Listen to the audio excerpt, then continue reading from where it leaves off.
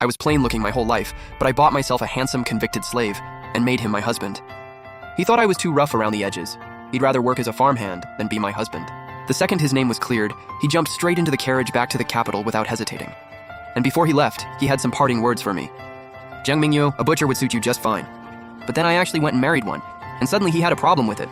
The day I found out Fu Yongxi's real name, I was sitting by the well trying to figure out how to get him to be with me. After all, it had already been 2 years since I bought him. For 2 years straight, I'd been pushing and pulling, trying every trick in the book, hoping he'd just give in already. But Fu Yongxi wouldn't budge. Every time I brought it up, it was the same line. We're not compatible. For 2 whole years, I kept asking myself what not compatible even meant. But Fu Yongxi wouldn't explain. He just couldn't be bothered to talk to me. Just when I was completely out of ideas, the clatter of a carriage outside rolled right up to my front door, with an answer. The next second, Lady Anning showed up, pinching her nose and shoved open my old, worn-out front door. When she saw the once untouchable, ice-cold Grand Tutor now driving a donkey to turn a millstone, Lady Anning's big, beautiful eyes looked like they were about to fill with tears. Back in the day, Fu Yongxi would always lecture me in that cold tone of his, that a girl should know propriety and have some shame. But now, when Lady Anning came running and threw herself into his arms, he completely forgot every word he'd ever preached. He just stood there frozen with his hands in the air. It took him a moment to snap out of it and look down at the girl in his arms. Anning? Lady Anning burst into tears of joy, nodding over and over. It's me, Yongxi. I'm here to take you home.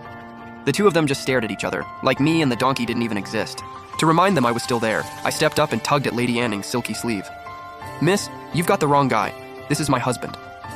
Lady Anning finally noticed me standing there and looked uncertain. Husband? When I nodded, she turned to Fu Yongxi with a look of total shock, voice shaking. Fu Yongxi, you're married? That's when I learned his name was actually Fu Yongxi. For 2 whole years, he had refused to tell me his name. Fu Yongxi denied it, of course. No, she's just my employer. I felt a little guilty when Fu Yongxi called me out, because honestly, he never once agreed to be my husband. Back then, when my mom gave him an ultimatum, be a husband or be a farmhand, he walked right out the door without blinking and started grinding the millstone even though he was still sick. Over 2 years, I tried everything. Threats, bribes, you name it. But he just wouldn't marry me.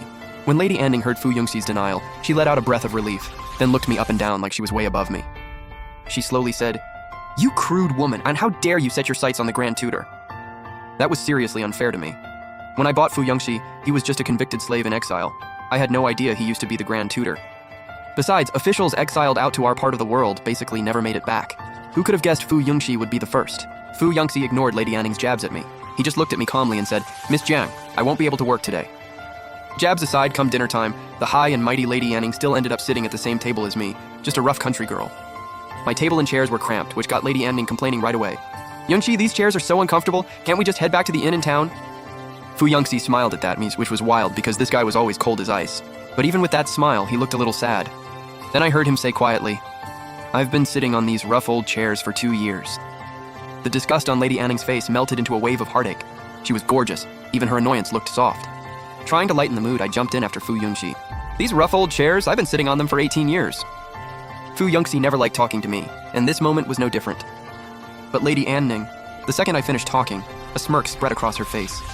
So what if it's been 20 years? Someone as lowly as you was born to sit on junk like this. I dropped my head in embarrassment, but caught a glimpse of my mom under the table, her fists clenching tighter and tighter. My mom never liked Fu Yongxi because he refused to marry me. But tonight at dinner, she didn't say a single word. A moment later, Fu Yongxi stood up to say goodbye. You took me in when I had nothing. For years, I worked from sunrise to sunset in your home. I'd say that labor has paid back the debt, so we're square, no more obligations. He gave my mom a small bow, then turned to leave with Lady Anning. I wanted to stop him, but my mom grabbed my arm and held me back. Once the clatter of the carriage faded into the distance, my mom finally let out a long sigh. Baby, let it go. I've been telling you.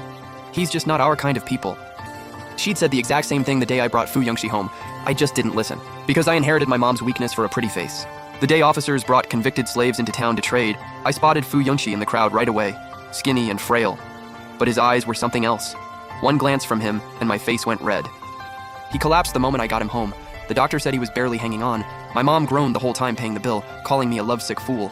You bought a money pit of a sick man. One look and you can tell he's not our kind. Back then, I never thought he'd turn out to be such an honorable man. Never thought he'd hate the idea of being my husband that much, and never thought he'd ever get out of this godforsaken place. Anyway, that's how Fu Yongxi walked out of my life. That night, lying in bed staring at the bright moon outside my window, I couldn't sleep. Tossing and turning, my hand hit something inside the pillow, a piece of paper. Looking at the messy scrawl on it, I realized it was probably Fu Yongxi's slave contract. He'd need that back eventually, so the next morning, before daylight even broke, I was already out the door with the contract in hand. The inn where Fu Yongxi was staying was 20 li away. I didn't stop once the whole way, and made it just before the rooster crowed. The inn had strict rules. A regular person like me couldn't just walk in. I had to have the old gatekeeper go in and announce me. I nearly dozed off waiting outside when Fu Yongxi finally strolled out with Lady Anning, cool as ever. When he saw it was me, his brow furrowed. Lady Anning spoke first. "What do you want now?" I glanced over at Fu Yongxi and suddenly felt out of place. He'd already changed into fine clothes that matched Lady Anning's, nothing like the guy who used to drive a donkey at my house. Standing in front of him, I couldn't quite catch my breath. And right then, I finally understood what he meant by compatible. Him and Lady Anning standing side by side, it just looked right. More right than him standing next to me ever did. After a long pause, I finally managed to get the words out. "I just came to see when you're leaving." Lady Anning rolled her eyes. "When we're leaving is none of your business, you sneaky little opportunist."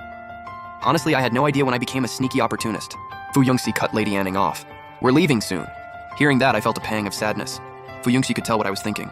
"I told you a long time ago, I'm not going to be your husband. Go home and stop following me around."